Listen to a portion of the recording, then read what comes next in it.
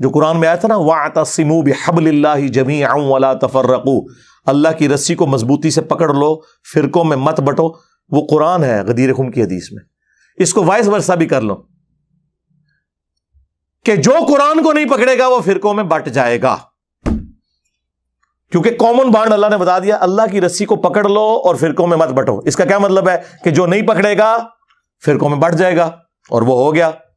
اور فرمایا دوسری بھاری چیز میرے اہل البیت ہیں، میں اپنے اہل البیت کے معاملے میں تمہیں اللہ کا خوف دلاتا ہوں، یعنی میری وفات کے بعد ان کے ساتھ حسن سلوک کرنا. یہ 3 دفعہ آپ نے جملہ بولا، لیکن امت نے نہ قرآن کو پکڑا اور نہ اہل بیت کو زندہ چھوڑا، بالکل الٹ امت چلی. پھر بخاری اور مسلم دونوں میں حدیث ہے، اللہ کے محبوب صلی اللہ علیہ وآلہ وسلم جب کبھی بھی خطبہ دیتے تھے نا تو آپ علیہ السلام ممبر پہ آ کے کہتے تھے اما بعد فإن خیر الحدیث کتاب اللہ وخیر الہدی ہدی محمد صلی اللہ علیہ وآلہ وسلم وشر الامور محدثاتها وکل محدثۃ بدعہ وکل بدعۃ ضلالہ وکل ضلالۃ فی النار.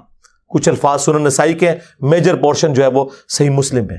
آگاہ ہو جاؤ، سب سے بہترین کلام اللہ کی کتاب ہے، سب سے ہدایت یافتہ راستہ محمد صلی اللہ علیہ وآلہ وسلم کا ہے. بدترین کام وہ ہیں جو دین میں خود سے جاری کر دیے جائیں، وہ سارے کام بدعتیں ہیں، اور تمام بدعتیں گمراہیاں ہیں، اور تمام گمراہیاں جہنم میں لے جانے والی ہیں. اندازہ کریں. اور بخاری اور مسلم دونوں میں حدیث موجود ہے، عبداللہ ابن ابی اوفا سے کسی نے پوچھا، جو رسول اللہ کی وفات کے بعد 75 ایئرز تک زندہ رہے، 86 ہجری میں فوت ہوئے، کہ بتائیں کہ رسول اللہ نے اپنا وصی کسی کو بنایا تھا؟ تو انہوں نے کہا نبی علیہ السلام نے ہمیں قرآن کے مطابق چلتے رہنے کی وصیت کی تھی. قرآن وصی رسول ہے، خلیفۃ الرسول ہے، وصی رسول، جس کے اوپر آج سنی شیعہ 2 فرقے بنے ہوئے ہیں. سیدنا ابوبکر خلیفۃ الرسول ہیں صحابہ کرام کے اجماع کے اوپر. وصی رسول نہیں، وصی رسول قرآن ہے. وصی رسول نہ سیدنا ابوبکر ہے نہ سیدنا علی ہے، اور وہ نیچرل ہے، کیونکہ 2 سال کے بعد تو حضرت ابوبکر بھی فوت ہو گئے. ہاں 12 سال کے بعد سیدنا عمر بھی شہید ہو گئے، 24 سال کے بعد سیدنا عثمان بھی شہید، اور 30 سال کے بعد سیدنا علی بھی شہید، اور آخری صحابی ابو طفیل عامر بن واثلہ 110 ہجری میں نبی علیہ السلام کی وفات کے 100 سال کے بعد وہ دنیا سے چلے گئے.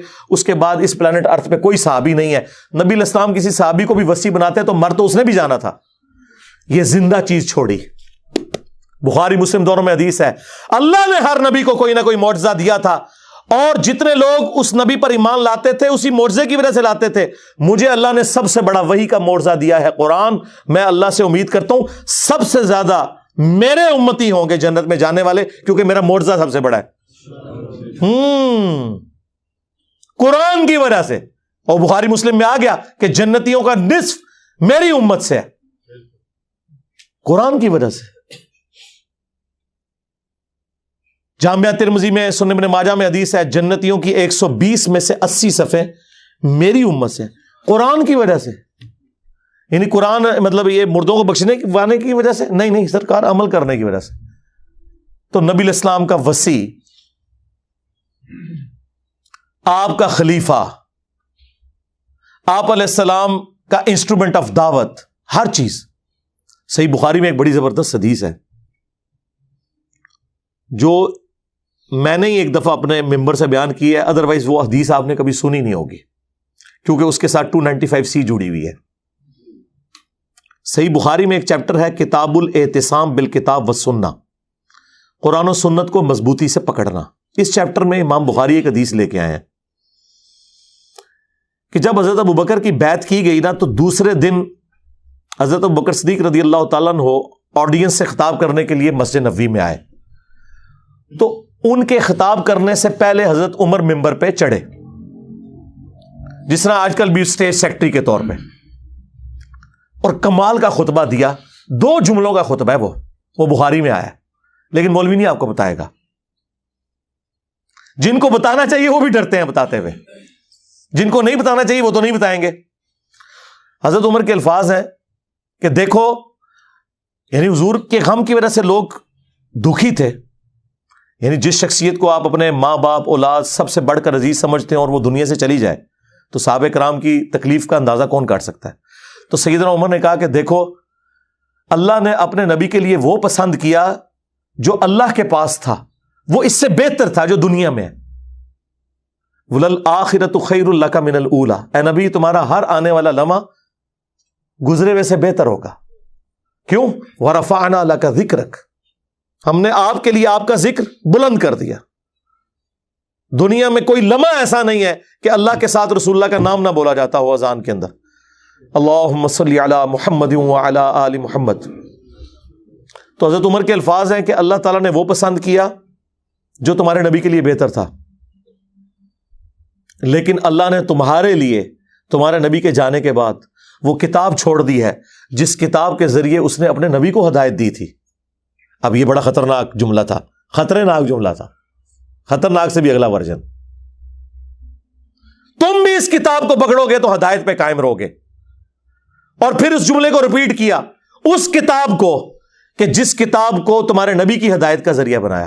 اچھا اس کا یہ مطلب نہیں نعوذ باللہ کوئی رسول اللہ گمراہ تھے، نہیں، قرآن میں واضح آیت ہے ما ضل صاحبکم وما غوا، تمہارے نبی نہ کبھی بہکے ہیں نہ کبھی بہرا چلے ہیں۔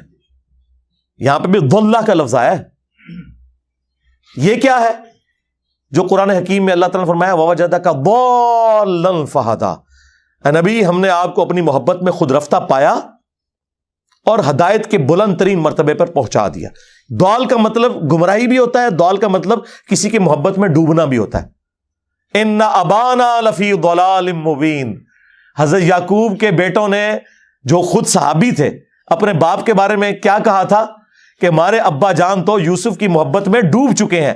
اب وہاں ترجمہ آپ فی ضلال مبین کا یہ تو نہیں کرتے کہ ہمارے ابا گمراہ ہو چکے ہیں، وہ تو کافر ہو جاتے، اپنے پیغمبر ابے کو کہتے تو نہیں۔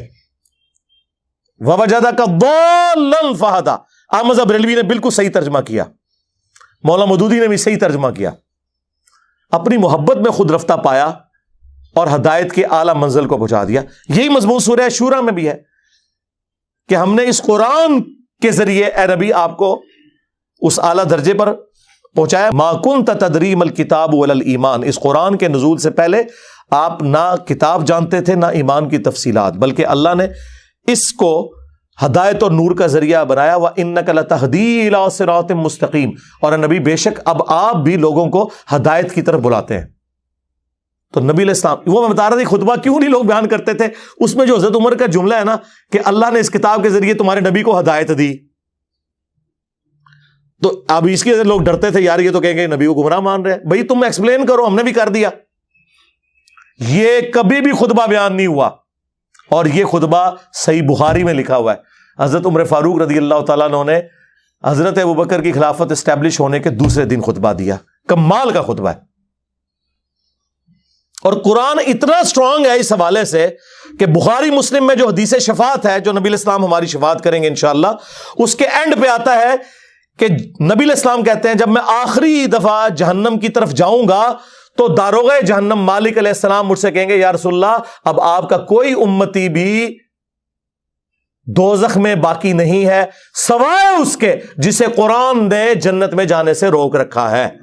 قرآن جب روک لے گا نا تو کوئی نہیں بچا سکتا۔ یہ ویسے شعر ہے، خدا کا پکڑا چھڑائے محمد، محمد کا پکڑا چھڑا کوئی نہیں سکتا۔ کتنا یہ ظلم کر رہے ہیں، اللہ اور رسول کا مقابلہ کروا رہے ہیں، نعوذ باللہ۔ اور بخاری مسلم میں لکھا ہے کہ یا رسول اللہ قرآن نے روک لیا ہے، اب آپ کی شفاعت بھی ان کے کام نہیں آئے گی جن کو قرآن نے جنت میں جانے سے روک لیا ہے۔ اور قرآن نے کن کو روک لیا؟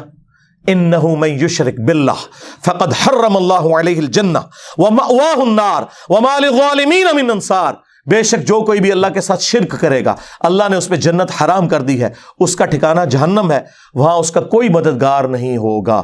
قرآن نے جنت حرام کر دی ہوئی ہے۔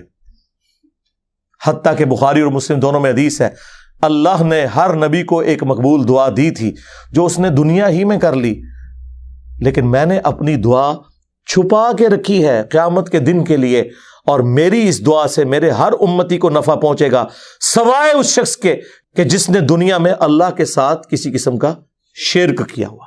شرک is the most sensitive issue in the sight of Allah. اور شرک اور نماز یہ دو سینسٹیو ٹاپکس ہیں۔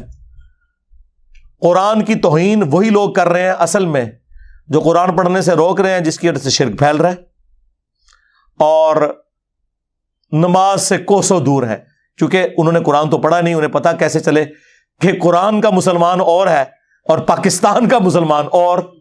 ہاں، مرنے سے پہلے اے مسلمان کر لے اس پہ غور، قرآن کا مسلمان اور ہے، پاکستان کا مسلمان اور۔ ہاں، قرآن کا تو مسلمان یہ ہے وَأَقِيمُوا الصَّلَاةَ وَلَا تَكُونُوا مِنَ الْمُشْرِكِينَ، سورہ روم آیت نمبر 31۔ دیکھنا، نماز کو قائم کرنا، مشرک نہ ہو جانا۔ اور صحیح مسلم کی حدیث کے بندے کے کفر اور ایمان، شرک اور اسلام کے درمیان فرق نماز ہے۔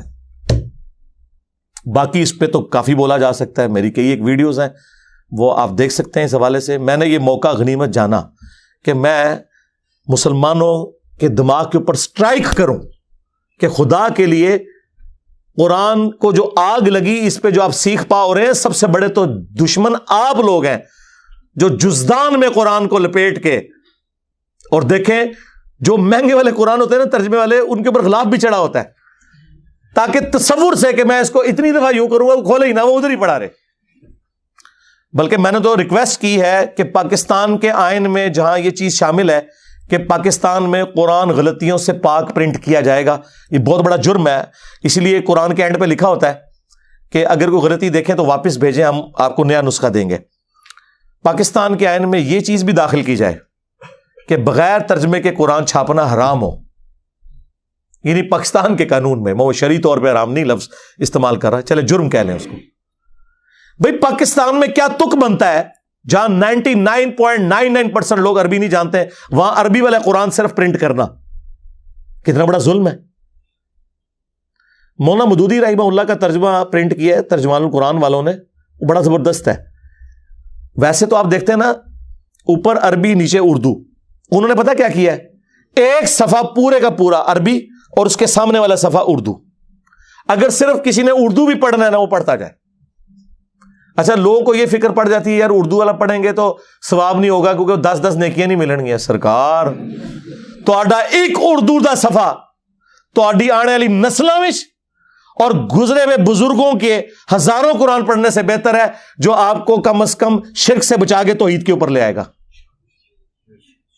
دیکھیں نا، اگر توحید ہی نہ ملی تو ایم اے قرآن ختم کرنے کا کیا فائدہ ہویا؟ جو قرآن ختم کر کے بھی تے پھر دعا کہنا جی یا رسول اللہ انظر حالنا، یا شیخ عبد القادر جیلانی شیئن للہ، قرآن کے لیے پڑھ کے دعا ہو رہی ہے اور بیچ میں یہ نہیں کر رہا ہے، تو کیا کڑیا تو قرآن چوں؟ تو خدا کے لیے قرآن ترجمے والا گھر میں بھی کم از کم آپ لوگ تو کریں نا جی، سارے مسلمان اپنے گھروں میں وہ ترجمہ رکھیں جو زبان آپ سمجھتے ہیں، اس کے بغیر آپ صرف عربی والا قرآن نہ رکھیں۔ اور آج تو ماشاءاللہ جتنی میجر لینگویجز ہیں ان کے اندر قرآن پرنٹ ہو چکے ہیں۔ سعودی عرب کی گورنمنٹ اس حوالے سے بہت بڑا کام کر رہی ہے۔ جتنے حاجی جاتے ہیں نا، پہلے تو وہ عمرے والوں کو بھی دیتے تھے لیکن پھر ریسورسز کی وجہ سے ایشو ہوا تو اب صرف حاجیوں کو دیتے ہیں۔ جو پاکستان، انڈیا، بنگلہ دیش کے ہیں ان کو اردو زبان میں، انڈونیشین ہے تو ان کو انڈونیشین زبان میں، انگلش جاننے والے ہیں ان کو انگلش والا، وہ واپسی پہ ایئرپورٹ پہ وہ ایک فری کاپی دیتے ہیں۔ میں 2007 میں گیا تھا، مجھے بھی ایک کاپی ملی، میری وائف کو بھی ملی تھی۔ تو اس حوالے سے وہ بہت کام کر رہے ہیں۔ چلیں، حاج عمرے پہ کوئی نہیں بھی جاتا، یہاں تو یار اپنے گھروں میں تو کم از کم آپ کوشش کریں کہ آپ ترجمے والے قرآن رکھیں۔ صلو علی محمد وآل محمد، اللہم صلی علی محمد وعلی آل محمد واصحاب محمد وازواج محمد وامت محمد اجمعین الی یوم الدین، آمین۔